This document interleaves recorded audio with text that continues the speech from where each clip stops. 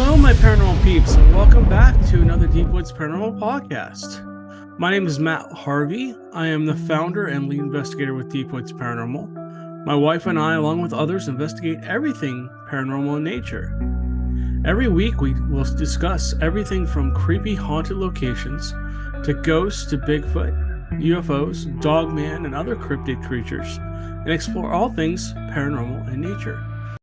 Well, hello, my paranormal peeps, and welcome back to another Deep Woods Paranormal podcast. We are on today with Phill Webster. He is a psychic. He is also an actor, an author, and a teacher. So he's quite the guy. He's been researching the paranormal and kind of researching mediumship for a long time, and we'll actually start there with him, and maybe he can kind of talk about those four things. Yeah, hi. Yeah, thank you. Thanks for having me on. It's a pleasure to be here and meet you both. Yeah, we're really excited that you're here with us today. It's cool yeah, it's kind of what is it? It's like 11 at night over here or something like that. But yeah, anyway, I'm just about still with it. But yeah, the book is called Letting Glow. It's been out since last spring. It's doing okay. First book that I've wrote. And I think like possibly the sort of catalyst for it was an experience that I had around my mum passing in 2021. So that was really something odd happened the night before she died. And that really spurred me to just sort of go into this deep rabbit hole. I'd always kind of like had an eye on sort of paranormal stuff. I hadn't really touched it for many years. But then this event that happened around my mum passing kind of triggered like a bunch of memories, and I was thinking, okay, like this kind of obviously that was a big thing in itself, losing a parent, but what happened around it kind of made me look back on other things that had happened over my life, and it was seeing that every few years something would be kind of tapping me on the shoulder, like for want of a better expression. Yeah. So is the experience that you're talking about with your mother, is that in the book? Yeah, I mean it's how the book starts. So I mean I'm not really ruining too much. It's like so in the first two pages. And it's an odd one, because again, I was really close with my mum. She was she lived on a place called the Isle of Wight, which is a small island at the south of England. I'll just kind of set this story up just to sort of give sort of more relevance to what happened. So it was the end of the whole COVID thing. It was the start of 2021. So we'd just been through Christmas, various lockdowns, all that stuff. And I'd kept away thinking that I was doing the right thing. I was like listening to what the government was saying and all that stuff. And I was also waiting for a job on a big movie. It was like one of these big Marvel movies. It was I see that you've got Grogu behind you. It wasn't a Star Wars movie, but it was Doctor Strange in the Multiverse of Madness. Yes, we've seen that. Yeah, so I was waiting to work on that, and I had like a good 4 month stretch on it. I was just like one of the warriors in the whole camouflage thing. But nothing, cool. It was good, and I hadn't had any work for a while, and it was a good stretch of work. And if you caught COVID, they would have just kicked you off straight away. So I was kind of mindful of that. And then I was also trying to do the right thing by my mum. Anyway, so point being, I hadn't seen her for a couple of months. And we just gone through Christmas, and I just spent it with my partner. My mum was on her own on the Isle of Wight. So that's a very rural place. She lived alone. She was 76 years old. She had various age-related health problems like, heart condition and high blood pressure. But I thought, she's going to be around for a while. She would always bounce back from whatever, kind of thing happened. And anyway, so we would FaceTime every day. And on this night, I think we'd spoke maybe 2 or 3 times that day already. And she, I kind of knew a routine. Like I said, like I knew all the neighbors. We didn't have any other family there. It's a really quiet place, and we were in another lockdown. And I called her on this evening, and she kind of, just to sort of explain it, like sort of practically, she had her phone charging on the floor. And as she kind of leaned in and she pressed the button to sort of answer the call, she was leaning in one side, and there was a man leaning in from the other side. And I saw him long enough that I could like describe him. He had like thinning gray hair, glasses. Looked like he was maybe mid-60s, something like that. And I was kind of shocked, I was like, well, who the hell's that? And as she picked the phone up, he kind of went out of shot, and she went and sat down. And I was like, well, who's that? And she said, who's what? And I was like, okay. Because your mom lives alone. Yeah, she lives alone, and I know all the neighbors. She'd been alone for pretty much a year through the whole COVID thing. I knew her day-to-day routine. She was staying home. She was, I mean, she was suffering with depression and the whole lockdown thing really. Hard times. Yeah, it was Everybody. it was, in hindsight, I wish I'd have done things differently. But anyway, so I kind of knew her, everybody that lived nearby, and plus I must mention it was like 10:30 at night, something like that.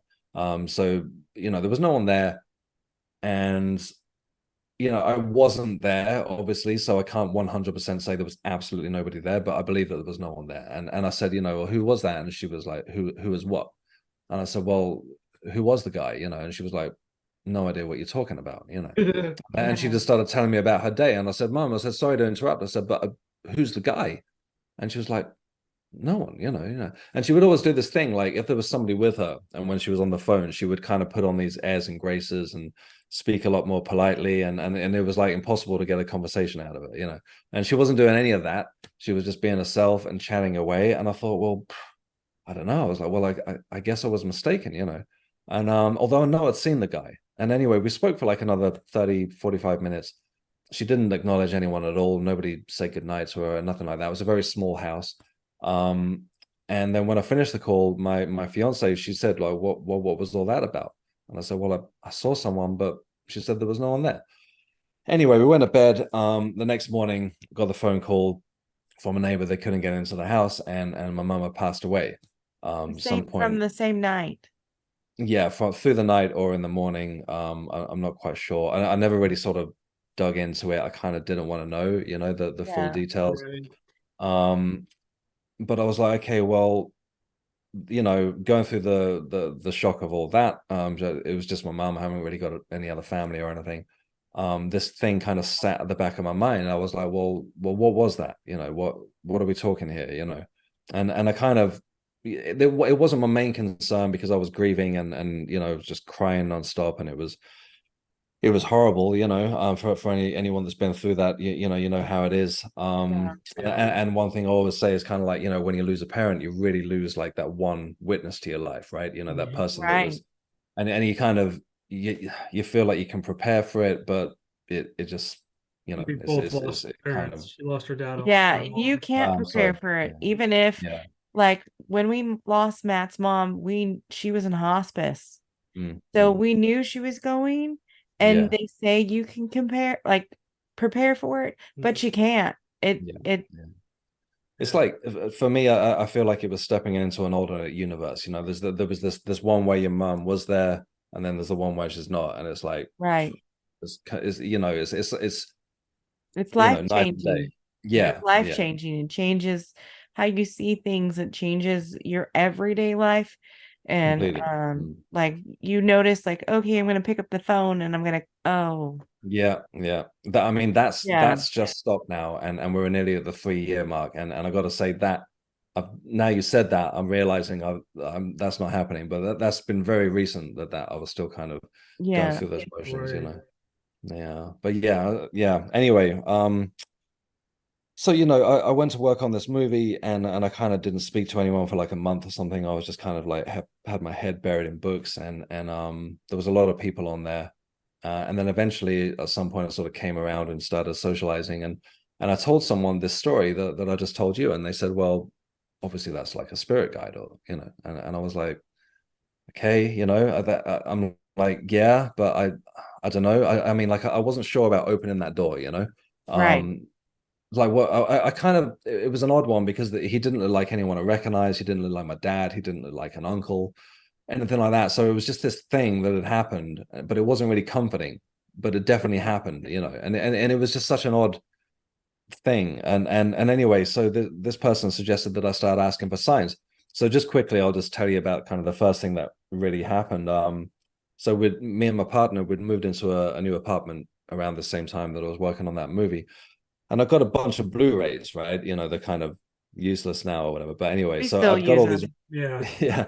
I was thinking about I might get back into it, but anyway, I've got all these Marvel movies, and I was putting them away because I'd been on this film the whole time, and pretty much my partner, she just moved us in on her own. I've got to give her credit. I didn't do anything. So the least I can do is put these things away. So I got this box of Blu-rays, and I noticed, and sorry, I always forget to mention this, but I was like, okay, let's do this ask for a sign thing. I was like, all right, Mom, if you're around, give me a sign, you know. So anyway, I went about putting away these Blu-rays, and I noticed that the one that was missing was Doctor Strange.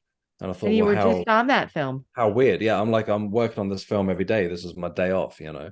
And I got all the rest of them, and I was just like, well, that's so annoying. You know, they're all in one box in the same place. Mm-hmm. And I was like, all right, well, whatever. And I put them away, and an hour or something later, I came across like a stack of books, like the other side of the apartment, and this Blu-ray was sitting on top of them. And I was like, well, you know, that what the hell's that doing there? That's kind of odd. And then all of a sudden it kind of triggered that, oh yeah, I just asked for a sign. And the book underneath the Blu-ray was poking out, and the author's name said Maureen, which was my mum's name. And then the book underneath that, part of the title poked out saying Living. And that's all I could see. So I've got Doctor Strange, Maureen, and Living about an hour after I asked for a sign. So I was like, again, I don't know. The skeptic in me overrides everything all the time, but I'm like, all right, well, that's kind of a sign, right? Yeah, I don't know, you know. But yeah, you know, so that was kind of the first thing, and I did a lot of started reading some books on mediumship, and again, I'll sort of I'll backtrack with the other things that had happened in the past, but I'd read a book by a medium, an author called Claire Broad. I didn't know where she was from. She could have been from. Sorry, I listened to an audiobook. So she could have been from the States. She could have been from Australia, the UK, or whatever. And anyway, the book started with in a cemetery in London, where she had her first experience as a child. Like her grandma came through and gave her a message when she was like 4 or something like that. And the cemetery was across the street from where I lived. Right, this random book out of nowhere, right? Wow. And I'm like, what are the chances of this again? You know, and so yeah, I mean, she told this story about how she was in Richmond. It's a place called Richmond Cemetery, and I could literally look out my window and see the cemetery, you know, in this place that we moved into, and I was like, well, that's kind of odd. And I listened to the whole book, and it helped. It was comforting. It was on about, you know, talking about that we go on, and obviously what you would expect it to talk about from a medium. And pretty soon after that, I saw that she was having a course at a place called the College of Psychic Studies in London, which is essentially like the X-Men school or something. Right? It's just like this. I was like, the College of what? Psychic Studies, all right. Yeah. So I went along to a class, and we kind of hit it off. And I did tell her a few stories that I'll tell you guys about. And she was the first person to be like, oh, well, no, well, yeah, that makes perfect sense. That means that, and this means this, you know. Things that had happened years before my mum passed. And I was like, well, maybe there's just something to this. We hit it off, became like friends very quickly. And then the next step was that I stumbled across a spiritualist church. I think you guys have them here and there. Yeah, I think we have some here in the States. They're like 10 a penny here. Like you can't walk around London without running into one somewhere. And I didn't know these things were a thing either, you know. Right. So spiritualist church, they've got a medium. They pretty much all have the same formula. They'll have a medium, typically on a Sunday night, that will just give a demonstration of mediumship. And I was like, well, I'm going to go along to this. You know, this was probably 3 months after my mum passed, and I showed up this one night. And again, I don't know what it is, like the skepticism, like even though I believe in these things, you know, I constantly question it. I don't know. I do the same thing. I do the same thing. Yeah, you have to. It's weird. Yeah, but then I tell people, sorry, everything would be a ghost, or everything would be this or that. Well, yeah, and this one keeps me honest. But yeah, I mean, yeah. Absolutely, and that's the thing. The thing is, when I tell people my story and they're like, "Nah," I'm like, then I get offended, you know. But we'll do exactly the same thing. But anyway, I went along to this demonstration of mediumship, and I'd got really weirdly paranoid about it. I put all my social media stuff to private. I don't know who I thought knew I was going there. No one knew I was going there, you know. Just showed up, and she just worked her way around the small congregation in this small church. And she was just getting like affirmation after affirmation. People were just like, yeah, yeah, yeah. And I was like, this is kind of nuts. This, by the time she got to me, and she didn't go to everybody, but she came to me, and immediately she said, oh, you're a medium, you know. And I was like, no, but I'm you know, I'm looking into it, you know. and first off, she started telling me about a guy that had died, and I couldn't place him for a long time. But just to sort of cut the story short, as soon as I realized something clicked, and I was like, oh shit, she's talking about this guy from when I was like 20 years old, and everything she said just matched completely. And just before she finished, she said, oh, I have a lady here that's recently passed, and this was really the game changer for me. So this medium, she had a very strong London accent, like a Cockney accent, Mm-hmm. and all of a sudden her accent changed, and it was my mum's accent. It was like a Northern English accent, and there's like a very clear distinction between them. And she didn't say much. She just kind of described the conditions around her passing, and she talked about actually being lifted up by angels and all this kind of nice stuff. But it was the accent changing. I was just Right. my heart was racing, a lump in my throat, and that was really the game changer for me. That kind of I was like, well, this woman, I've never seen her before in my life, and it was my mum's voice that came through essentially. Wow. So that was it, that kind of really was the catalyst for the book essentially. And I started writing it about all of those experiences, learning about mediumship, which I've been doing for the last few years now. I guess where are we? Yeah, about to hit my 4th year of actively kind of like being on it. And then yeah, like I say, it kind of opened up all these other memories that I was like, okay, well, actually, maybe that was a thing, and that definitely was a thing, and all these things that we sort of, you get older or what have you, or you get cynical somewhere along the way, and you kind of dismiss these things. And what I felt like, yeah, like so many of them will be sort of fleeting. I mean, you guys know, there'll be a flash in the corner of the eye, or or even faced with experiences like I had around my mum passing, I still would question it, and it still wouldn't make sense in the way that everything else makes sense. So when I kind of went back and looked at other things that had happened over the years with a sort of different lens, it seemed like this had been my I hate to sound grandiose and say calling, but I feel like that was it all along. Everything kind of clicked into place through that. Yeah. Anyway, I'll stop talking. Sorry. That's okay. I have a question to follow up with that. So now that you feel like this is your calling, are you actively pursuing mediate, how do you say it? Mediation or mediumship, sorry. And if you are you gonna like speak at one of those churches that you have in town, or how do you go about being a medium in England? Yeah, I'm kind of sort of feeling my way around it. So this happened. I mean, I went along. I would go to this church, the same place where I got the first message, and I probably went like a handful of times over the course of a year. I wasn't kind of running there every Sunday or anything. I probably went 5 or 6 times, and every time it would be the same thing. The medium would be like, "Oh, you're a medium," and some of them were being so specific about people in my life. Like my dad came through at one point. I mean, to absolutely no sort of error. She described him perfectly. I don't know if he's alive or dead. I haven't seen him for 20 years. I presume apparently he is dead. But anyway, excuse me. But it was, I was like, okay, well, yeah, that's him. And everything she said about the way he treated me and my mom and stuff like that, nailed it. So like, and I'm not saying that absolutely every medium that I've experienced have been like amazing. There's been a few that have been like, well, I've got this older person here, and they might be a grandma. You know what I mean? The sometimes they're vague. But yeah, it did sort of really pique my interest, and I met a couple along the way, and one invited me to a development circle. So you basically just show up there and sit with a few people. We're not allowed to tell each other anything about our actual lives, so essentially strangers, and then we'll practice on each other. One will be the sitter, and we'll kind of open up, and then try and give them some messages, and they'll say if it makes sense or not. Yeah, pretty much straight off the bat, I've had like I've always said 100% success rate. The other day I didn't, so that kind of squashed that, but I was doing kind of really well with it. There's always going to be a time where it just doesn't work out. Because I've been to several mediums. So here in the States, they do like almost like a theater show, but it's a medium, and then you can pay to go to the medium.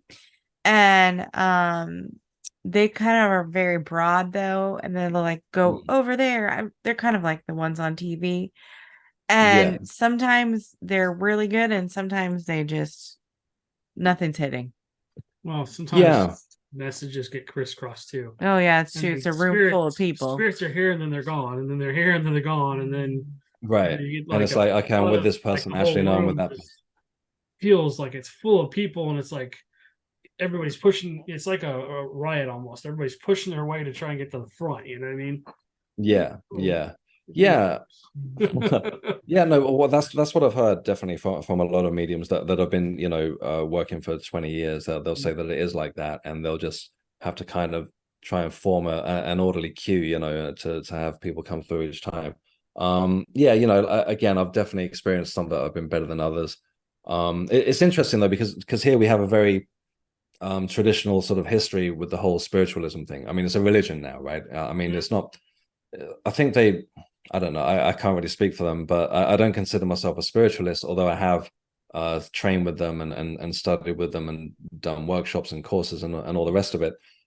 But I feel that there's a very traditionalist way of doing things, and I feel like a little bit of a maverick coming in writing this book, saying, "Hey, I'm learning to be a medium. This is what worked for me, and this could be what works for you," which is essentially what the book does. Whereas, some of the people that I've been taught by have been working for 20 years. They never did a reading for the first 6 or 7 years. You know what I mean? So there's a kind of, I don't want to sort of upset anyone along the way. Right. But at the same time, you could be revolutionizing the industry and teaching in a different way. And people grasp that concept, maybe easier than, going to this. I don't want to take anything away from them, but maybe, what you're doing is good. Like, well, I haven't had any negativity around it from experienced mediums so far. But yeah, I do want to be respectful of it, and it's got, I'm kind of, again, I'll go into the other stuff, but I feel like I'm really at the start of this journey without actively pursuing this, So you can put 10 mediums in a room in a location, let's just say that's severely haunted, right? And there's X, Y, and Z ghosts there, and that every medium could pick up on a different spirit, or they might not pick up on anything. It's really like a relationship between you and the spirit, essentially. I can walk through places and I pick up on little things here or there. There's a bunch of little kids running around in here right now. They're attached. We have what we call haunted dolls and Raggedy Ann back there. He buys attached dolls. It's horrible. All right. But Raggedy Andy back there has a little boy spirit attached to him. Okay. But anyway, 10 people can go into 10, the same location, completely cold, and get completely different experiences. All of them can be mediums or psychics or sensitive or whatever. So it's everybody has a different way of going about doing the research and stuff like that. So I feel, again, just sort of the last few years, like I can definitely see a correlation between sort of and going to, we were talking about meditation before we started. When I sit in meditation and I'll actively try and sort of like raise, I hate to use the cliches, but raise my vibration, and I can see a correlation between it. Things run a lot smoother. And then this last year, when I've got caught up in the the publicity for the book and all that kind of stuff, then it's the mediumship side has actually taken a backseat, which kind of was the point of, it's kind of like, ironically taking it away when I wrote this book for that, but you get busy. Well, yeah, that's it. And I can see it kind of, it suffers, when I do, the more I've been open to it, then the more frequently things come. And I suppose that's also where skeptics step in and say, well, you're looking for it, so, but I think it does work like that. I think you have to, you have to be open to it and expect it for it to work. Right. And there's always going to be a skeptic wherever you go. There's never going to not be that one person. So that goes into fear, and essentially goes into people not wanting to experience that thing. They don't want it to be real. So no matter what you say, no matter what, they could walk in and say a full body apparition, disappear right in front of them, and no matter what, it's not going to be an apparition. It's going to be something else. So there's nothing you can do. Anyways, we're running out of time, but you guys should go over and check out his book. Yes, we're gonna link down below in the description. Also his Facebook. I'm sorry, his Instagram YouTube channel. Instagram. Slowly starting with YouTube. But yeah, it's pretty much Phill Webster, Phill with 2 L's. Got a website, and we'll have to have you back on here soon. Yes, you're so interesting. Yeah. It's always fun to talk to you. It's been a pleasure. A completely different perspective. Yes. So thank you again. No, thank you very much. We appreciate you. Yeah, it's been a pleasure. We'll definitely catch you on the next one.